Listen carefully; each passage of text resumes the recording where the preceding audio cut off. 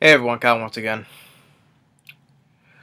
Well, once again. I'm review another 20th anniversary movie review, but it's not a 20th anniversary review on a good movie this time. No, 20 years later, the film is still a piece of shit. It still is. It's one of the, it's considered one of the worst sequels, and it deserves so. And it's a sequel to one of my favorite action films of all time.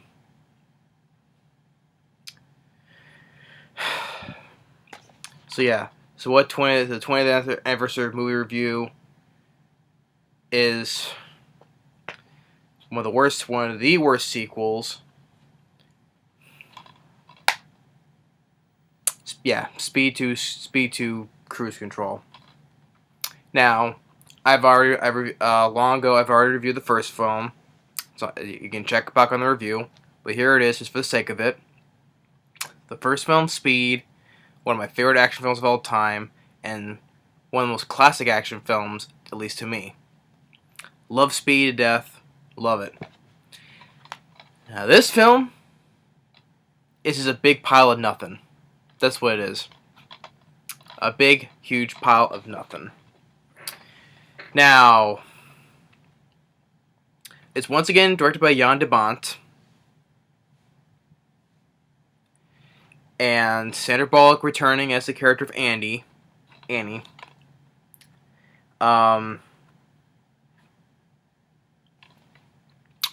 Now, it's just Keanu Reeves, he didn't come back, and to me he made the smart move or the smart decision to say no to returning back to this, because he was supposed to say he wanted to go on a tour with his band, but also later in the year 1997, like a few months after the release of this film, he started another film that started with Al Pacino.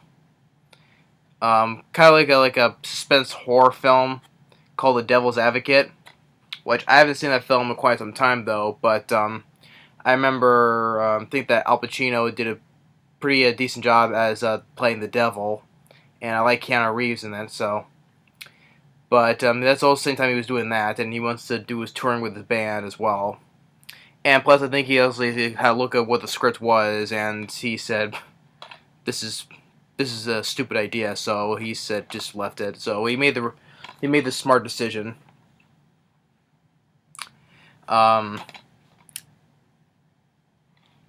Even Sandra Bullock, even though she did this though,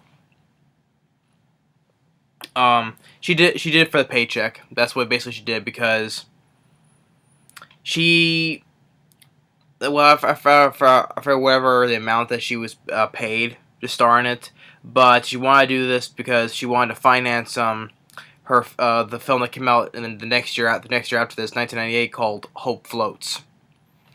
So basically, yeah, she did it for the paycheck. Basically the same thing for Jason Patric, which he also used to finance his other film that also came out in 1998 called Your Friends and Neighbors. So that's basically everyone did. Everyone did this for a paycheck, and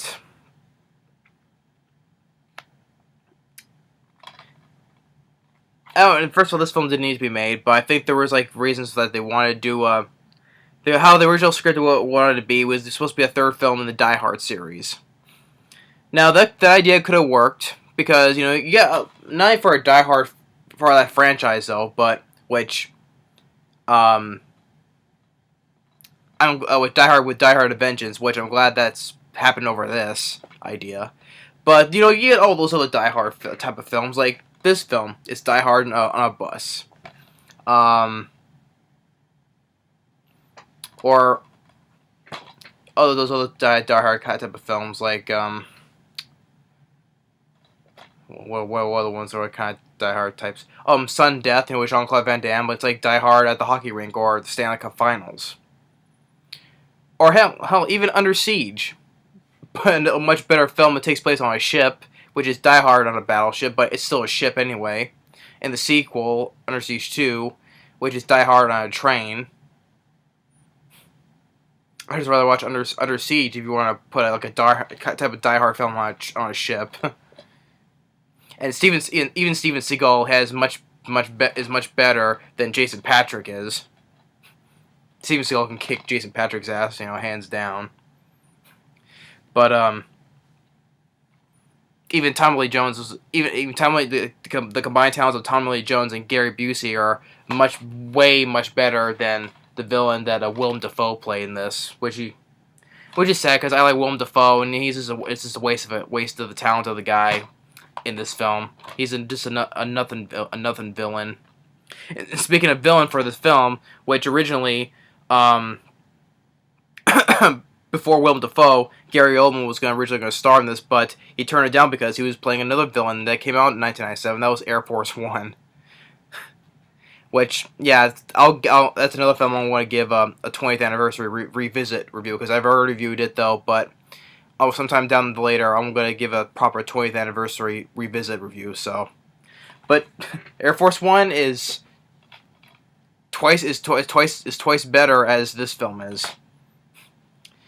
And there was other people also after Keanu Reeves stepped out.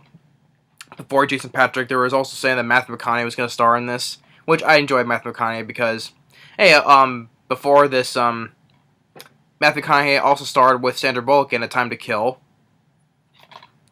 But I guess he turned this down because I think he was doing Contact. I think that was also 1997.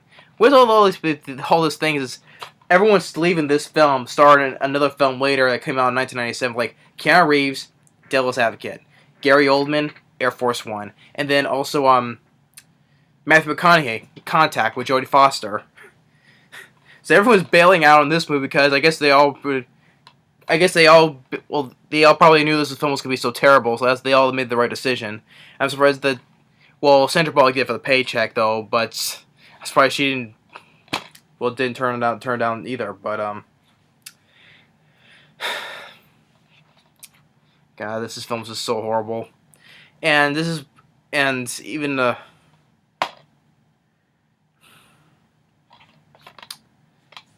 film, even despite opening number 1 at the box office, the film was not that big of an opening. The film was a huge flop. It cost the official budget was $110 million, but adding some other stuff after that, it was like $160 million, basically.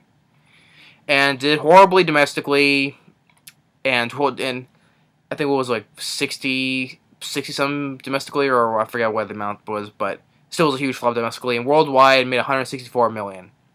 But it still is considered a huge flop. And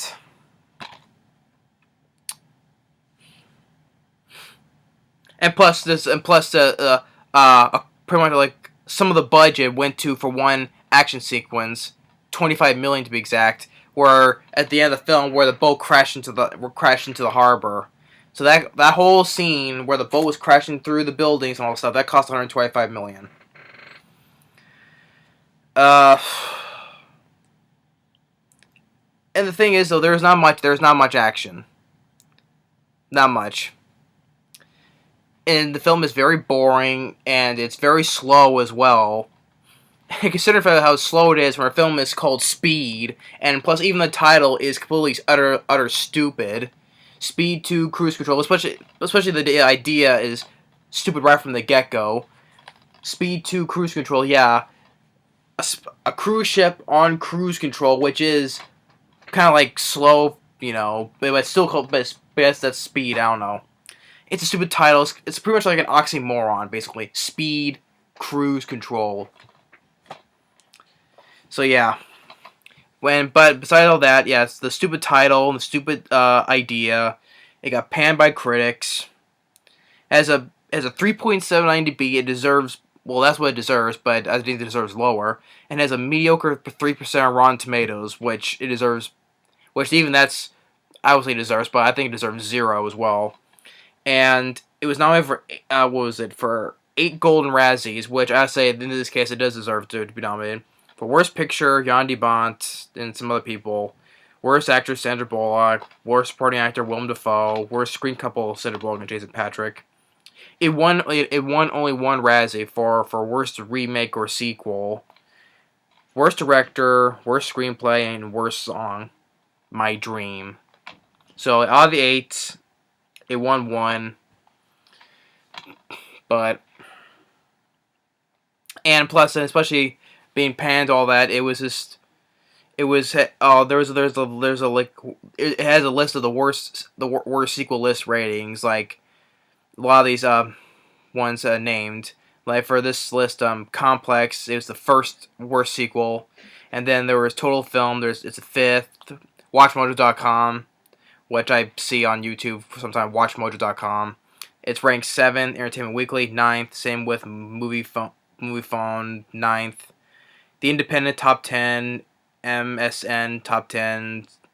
Salon top 10. The Sun top 10. Virgin Media top 10. Toronto Sun top 25, and Comcast 42nd. Yeah, so this film got so much hate and it deserves to be saved. Although, which is puzzling to me, is that, probably to a lot of people, is that the only positive thing that it says on here is, well, Siskel and Ebert, they gave this film 2 thumbs up. Oh, well, I'm sure on the back here by this, Joel Siegel from Good Morning America says, "Hold Your Breath Action." LA Daily News, spectacular, it never stops moving, and man, it's fun. Nothing fun in this movie at all. I don't see how this film was fun. But Gene Siskel and Roger Ebert, they gave this film 2 thumbs up.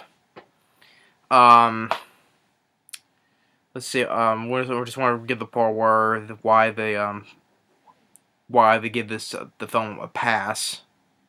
Even though the past films for both Siskel and Ebert, where they've given so many good films that I like thumbs down, but they give this film a thumbs up. I know Gene Siskel and Roger Ebert, may they rest in peace. I like them. But even though there are some things I disagree which film they think they like and I don't like, or vice versa. But so the films I like, they get thumbs down, but they give this like one of the worst sequels of all time. They give this a thumbs up. So I just wanted to see here. Yeah, so yeah, although being universally panned by critics, Roger and Gene Siskel were among very few critics to give it a thumbs up. Before his death, Ebert stated that this was a review that he had defended more than any other he had written, and that it was one of the most often cited as an example of him being a poor film critic.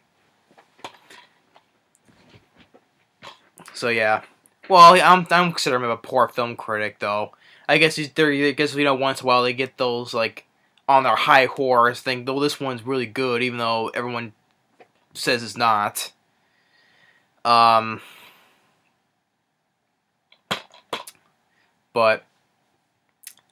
may they rest in peace. But though I totally disagree with that.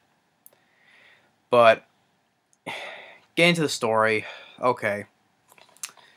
Sometime after the first film, we're already introduced to this, the first action scene, which is it's not a good action scene. It's Jason Patric on a motorcycle, chasing this van, and some reason the back was unlocked and boxes are falling out, and he has to get him out of the way.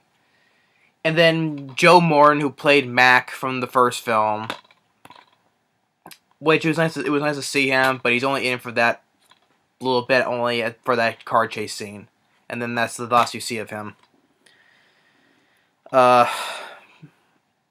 Then while that's going on, Sandra Bullock, she's doing the driving test, and her driver instructor is played by Tim Conway. Really enough, why is he in this? But I like Tim Conway though. But okay, it's kind of odd for him to be there. But she's driving like a maniac, and she's like failing her on everything. Even where part where she drives like a maniac and gets this one car crashes. And while all this, she's explaining to Tim Conway that she dumped Jack Traven, Keanu Reeves' character, because for her birthday he gave her pepper spray. Oh, and she thought it was perfume, and she went to the emergency room. So you dumped Keanu Reeves. Okay. Yeah, you pick him, which I'm sorry. Okay, let me explain. For the end of the film, he saved you from Howard Payne, Dennis Hopper. You know, he saved you, and then even though because you were handcuffed, you couldn't escape. So even though he had the chance to jump off though, but he stayed with you until the subway car crashed through the wall into the streets. He saved your life from Dennis Hopper, but you dump him because he gave you because also he wouldn't stop being a cop too. That's what he also explains. I'm sorry. This makes me not like Annie because she dumped Jack Traven for that reason, even though despite that he saved your life from a crazy not stupid villain like Dennis Hopper. I'm sorry. This makes me not like Annie. I liked her character in the first film, but this film I technically don't like her. So yeah, so she leaves Jack Traven for this guy named Alex Shaw. And Jason Patric, he's not good in this movie. The only film I liked him was in The Lost Boys. I liked him in The Lost Boys. That's the only good film I liked him in. I've not seen much of other films he has been in, but there was a couple, and he sucked in those two. He's not this one. Just the look of him, he has like that same expression on his face the whole time, and even Sandra Bullock in this film, I could tell she's going through the motions because she's going through this just for the paycheck. You can tell on her expression on her face that she's doing all this for the paycheck, and it seems like she doesn't want to be there. But she's doing it just because she's gained the money they need to finance her film Hope Floats. So yeah, and after all that, we say goodbye to Joe Morton, and after that, because Jason Patric lied to her because he thought he was like working on the beach or something, but he really is a part of the SWAT team. And then there was one part that he was going to propose to her, but he said he was going to make her go on this tickets to the cruise. So they go on the cruise to the Caribbean, and all these people, which I don't care about. And then we get Willem Dafoe's character, and his whole thing, just to speed things about this character, he's a guy who he's an ex-employee because he worked for the ocean liner company. He designed all this systems, software stuff, and when he got sick because apparently when you work there for a long time, you got sick, get all this copper inside of you, and he got shit canned out, you know, and now he wants to get revenge on them. And I guess also another way to get all the copper out of him, because he said he has a few years to live, he puts leeches on himself so they can suck the copper out of him, which is kind of a stupid idea. And he has all his equipment to take control of the ship. And also he can steal the diamonds in the vault. That's what he does. And it sucks. It's a waste of Willem Dafoe, because I like Willem Dafoe. It's just a waste of him.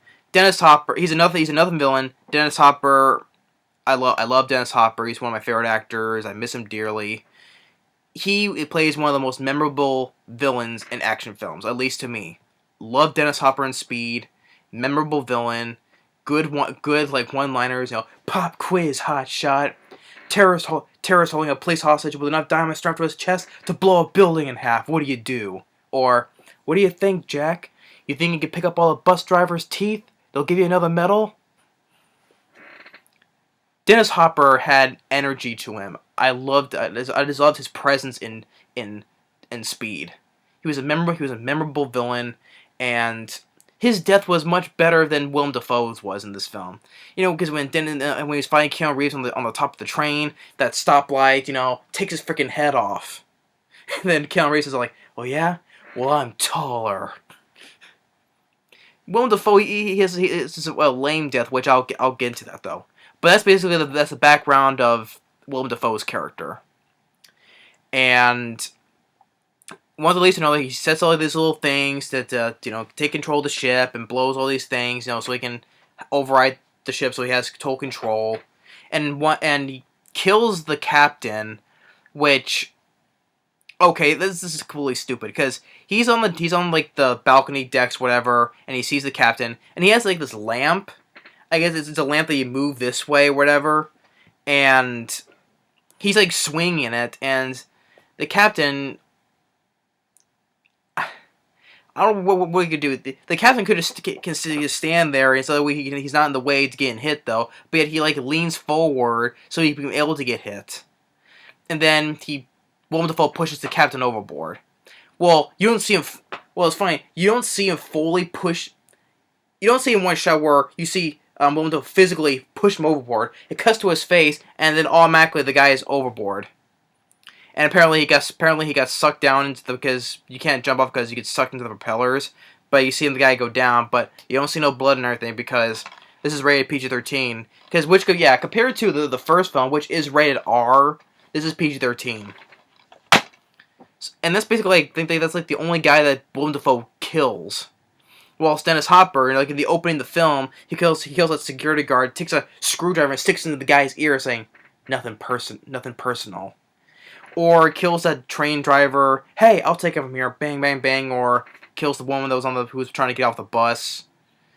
Even he says the charges that kills Jeff Daniels. He kills more people in that movie. Well, all Willem Dafoe does, he just kills the captain in a very lame death. So, and then Sandra Bullock and Jason Patric are trying to get their relationship together and trying to get us on this vacation.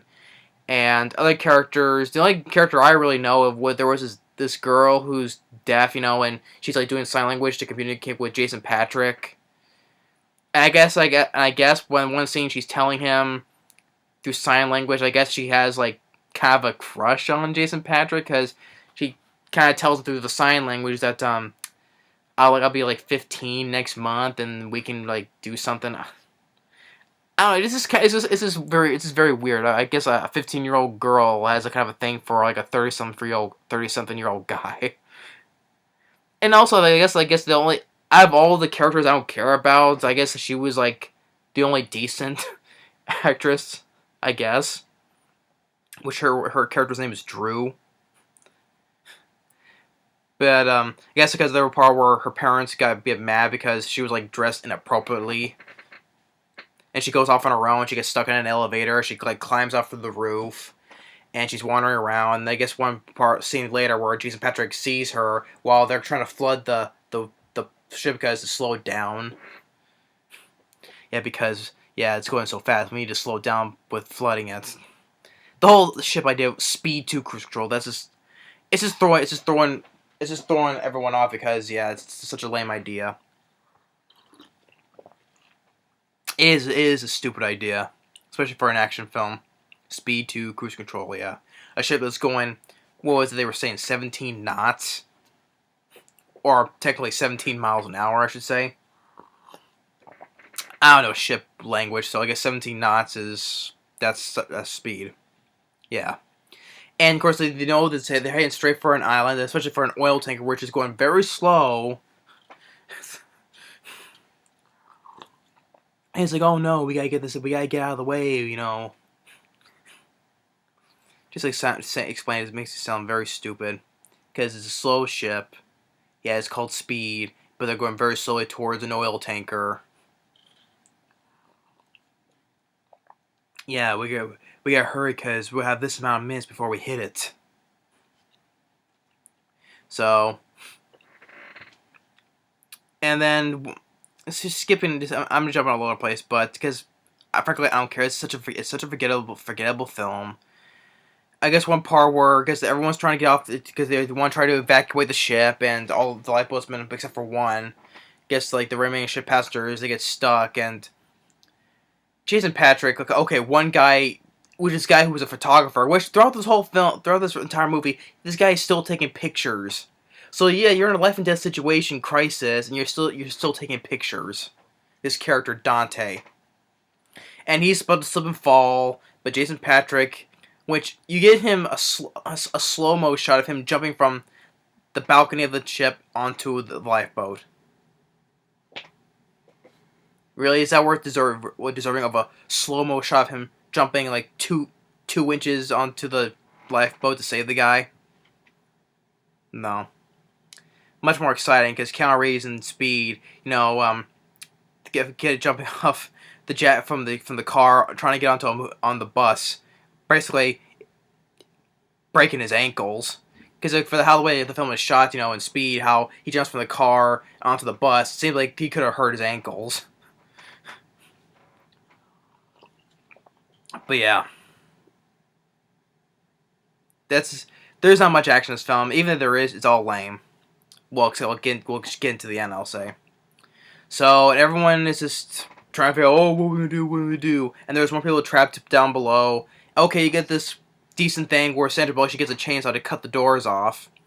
And I got this where I got one chuckle. I got one chuckle out of this where she's cutting the door, and she's like, "Can you get out?" And this guy saying, "Just back the saw off. He'll give it a try." And he's like, "What?" Okay, so I got a chuckle out of that. But Sandra Bullock, other than that, she's given nothing to do. I'm sorry. And even though she said I think in an interview she said this is like the biggest piece of crap she's ever done. Yeah, well, it says that she jokingly said it was the biggest piece of crap she's ever made. Yes, even though she clearly did this for the paycheck, if she knew this film was shit anyway. But she needed the money to finance Hope Floats. And with Willem Dafoe, Jason Patric's chasing him through corridor to corridor, and then lead one place to another. Jason Patric's trapped in this little this space where it's on fire, and one door is rigged with a grenade while he gets away. Sandra Bullock, one thing, in which actually the first officer, Sandra Bullock is with the first officer of the ship, which is actually played by Tamora Morrison as the character Giuliano. And that's actually the guy who plays Jango Fett from Star Wars Episode 2, The Attack of the Clones. The father to Boba Fett, that's actually him. Which I completely forgot he was in this, because this film was so forgettable, I forgot who's in this. So yeah, so actually plays the first officer of the ship. That's the guy who plays Jango Fett from Star Wars Episode 2. So he's with Sandra Bullock, trying to get this grenade off the door. And while they're still trying to find a way to get out of the way of the slow oil tanker.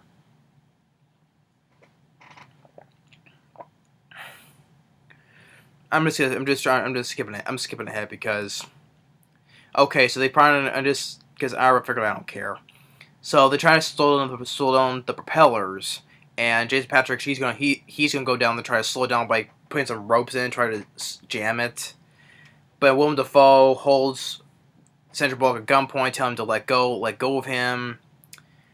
And as she's about to leave, she saves him by pushing a button, and he doesn't notice it. But she takes him onto these jet skis, and as they take off, and that's weird because you don't see them for a good portion, because it's mostly focused on Jason Patric and the photographer Dante helping them, trying to go underwater, trying to turn these wheels, trying to turn the ship to avoid hitting the tanker.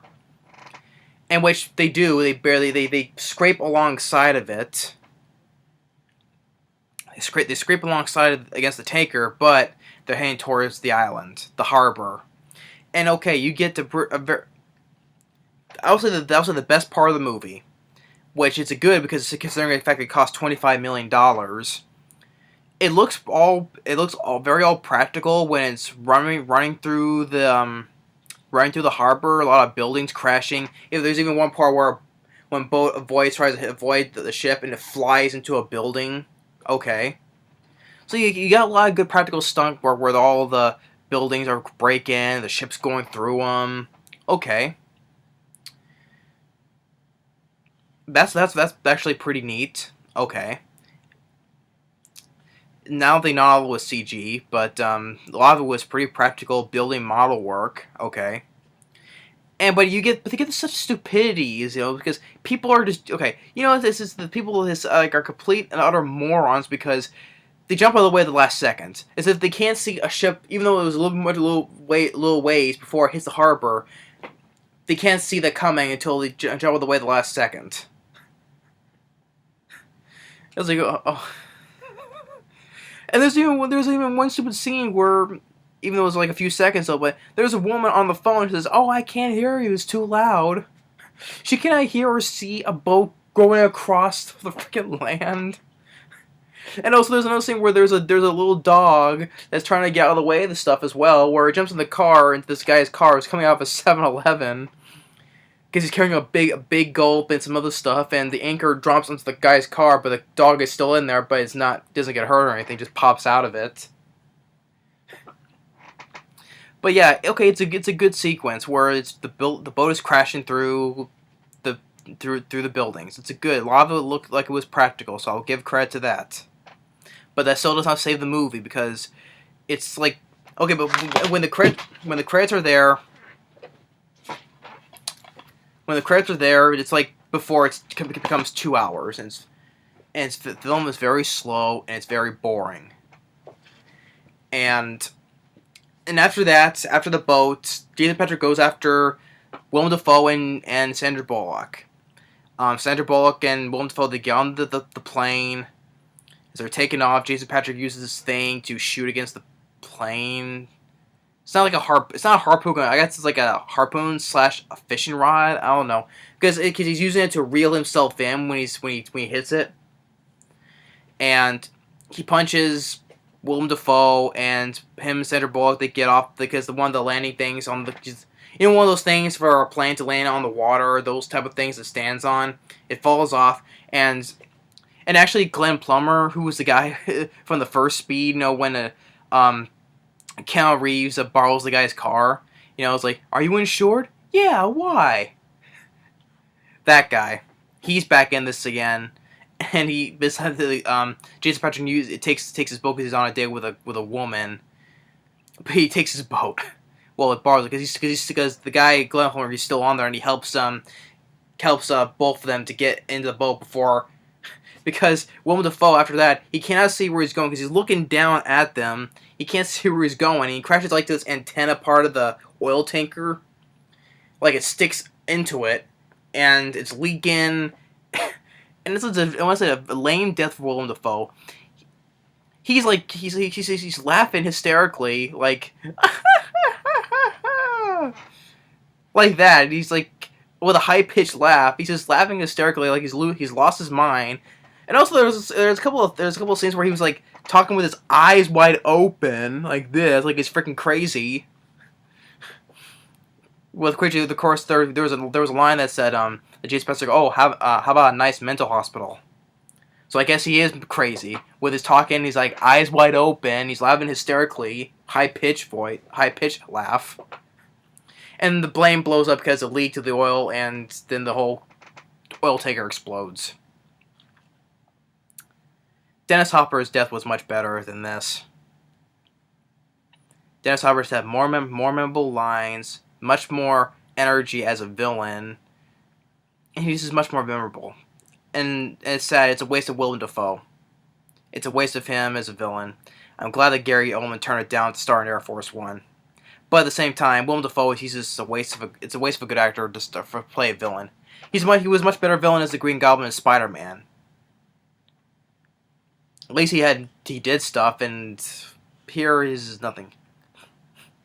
So, and after that, they just Jason Patric proposes to Sandra Bullock, and as the credits are going, Sandra Bullock is back doing another driving test with Tim Conway, and of course, as she starts, one of the buses from the first movie, it's not the exact bus, but it's one of the same design of the bus of the first movie. You know, the light blue GM type of bus. Goes to reference that from the first movie, and it's coming. He stops like, sorry, that bus was going way too fast. Because we had to get a reference like, because it was one of those buses from the first movie. So yeah, and that's that. This.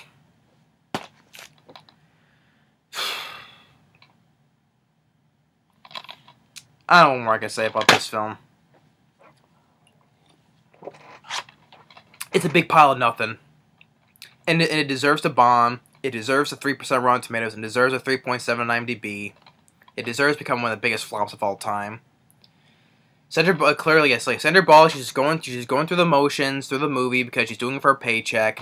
Same with Jason Patric, which also I don't buy these two together. I don't buy these two together. Clearly don't. They have no chemistry with each other.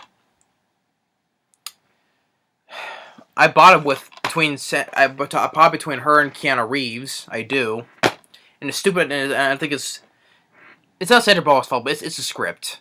The whole thing making her dump Jack Trav in for a stupid reason. I'm sorry. It just makes me not like Annie.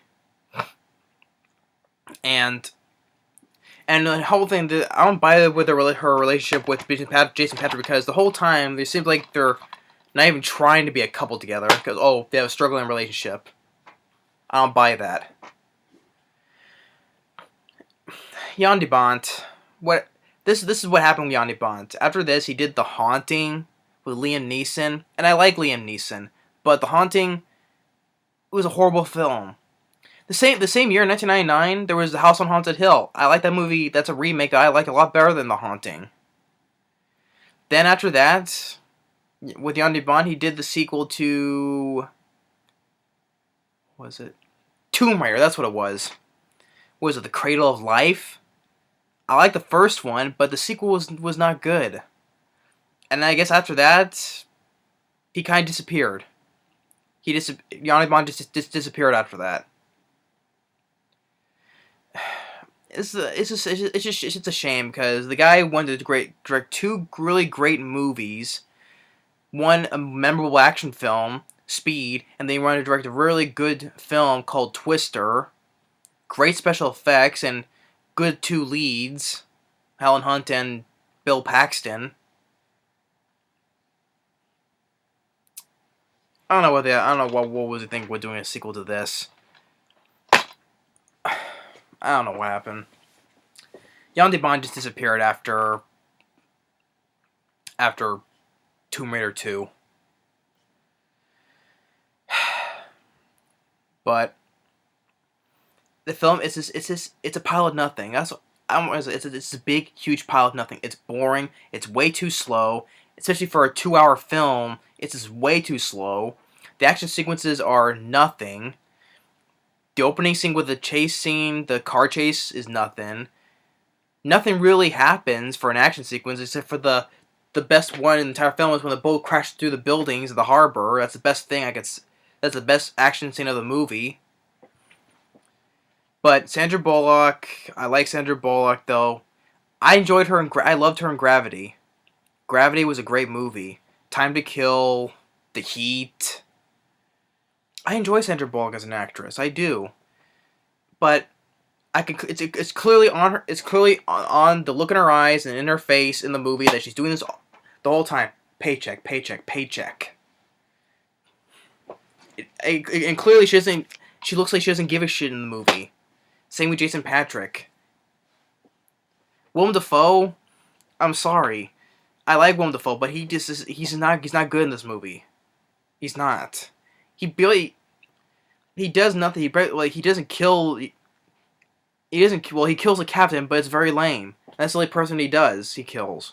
Dennis Hopper, he is much more better, you know. And he is this much more villain, more sadistic as a villain. And he has much better lines, it's like, it's getting on to 11 a.m., Jack, and I think it's going to be a very pretty day. And plus, I always enjoyed his Dennis Hopper's his sinister laugh. He had a very good sinister laugh to him.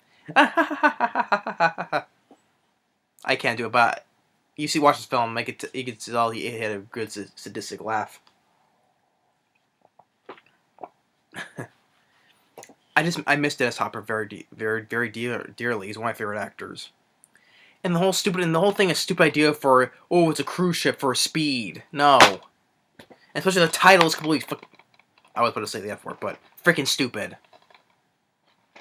It's completely freaking stupid. Speed 2 cruise control. It's an oxymoron.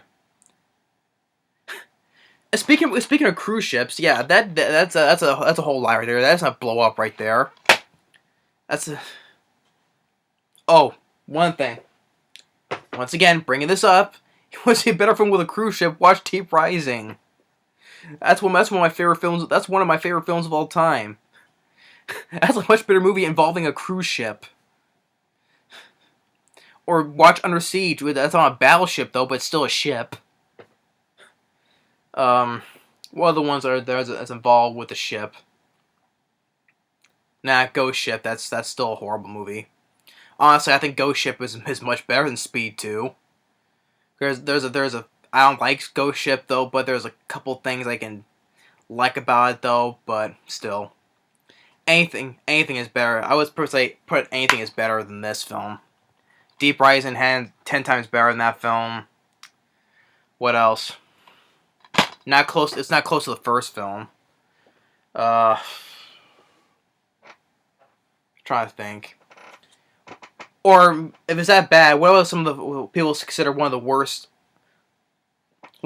films, one of the worst movies ever made, sequel wise? Jaws: Revenge. I'm just thinking random because that's on the list of one of the worst films ever made. Yeah, it's still a bad movie though, but I would put Jaws: Revenge above this film, honestly. But I'm just saying, I've watched Jaws: Revenge much more times than this. This film just completely forgettable, and that's for good reason. Jaws: Revenge, honestly, sequel-wise, it's a better movie than Speed 2. At least there's still a shark in Jaws: Revenge, unlike this, where it's just completely about the whole thing. Title is Speed. But yeah, honestly, the shark in Jaws is a much better villain than Willem Dafoe. Sadly, how sad is that?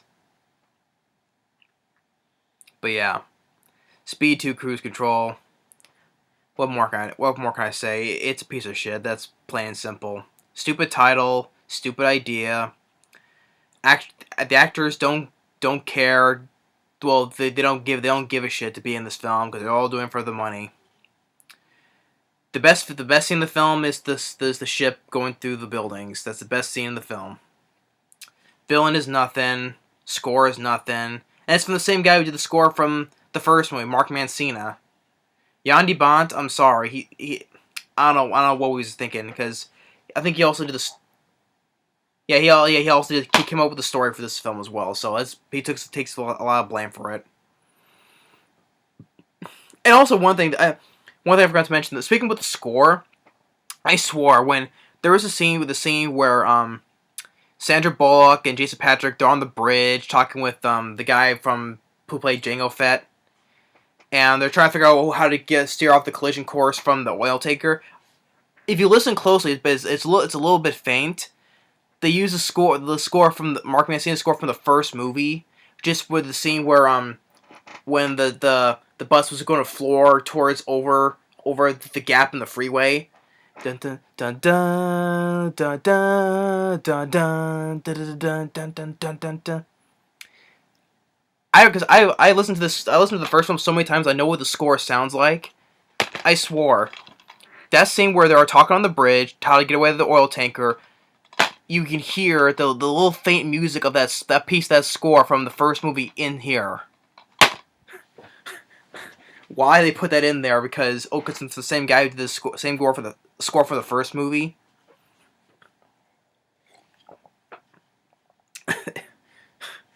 There's just trying to think is like, even bringing a couple of same characters back from the first film, like Joe Moore for the beginning, and Glenn Plummer as the guy from the first movie as well. Because we're trying to make it as even at the end of the film, trying to make us see one of those buses from the first film as well. It tries to make us think, okay, this since this is Speed 2, we kind of put some things from the first film in it to make sure it's keeping in continuity or whatever. It does not work. It does not work. When we have a stupid plot and a stupid title, it does not work. And actors don't give a shit to be in the movie as well. So yeah, I've gone on too long for this film, but it deserves a big rant.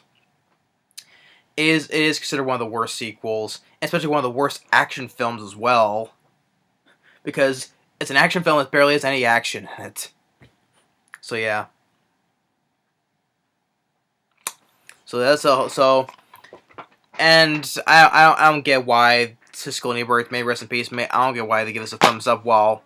They gave the first film a thumbs up, but it's a classic. It's much better. But I don't understand why this film, when it gets universally panned by critics, how they give this film a thumbs up. While on so many other films that a lot of people like, they give those films thumbs downs, but they give this film a thumbs up. It will always remain a huge puzzle and a big mystery to why. But yeah. So I hope you enjoyed this long rant on Speed 2 Cruise Control, which Speed 2, the stupidest title, one of the stupidest film titles, the movie. So, but I hope you enjoyed this long rant. I'm sure a lot of people would agree, but if anyone likes the film, that's fine. I'm not gonna make fun of you for it though, but I don't think there's hardly anybody who kind of likes film. But if they do, I'll respect their opinions. But I'm sure like 95% of the people think this is a piece of shit. Fair percentage. But yeah, that's my rant. That's my huge rant on Speed 2 Cruise Control. Stupid title. It sounds stupid for me to just keep on saying it, so I'm ending it here. Definitely piece of garbage. That's not the word I would describe it. Piece of trash, garbage, whatever. Deserves to be one of the huge flops of all time. But thanks for watching, and stay tuned on the next movie review. And yeah, that's a proper rant for a 20th anniversary movie review for. Yeah.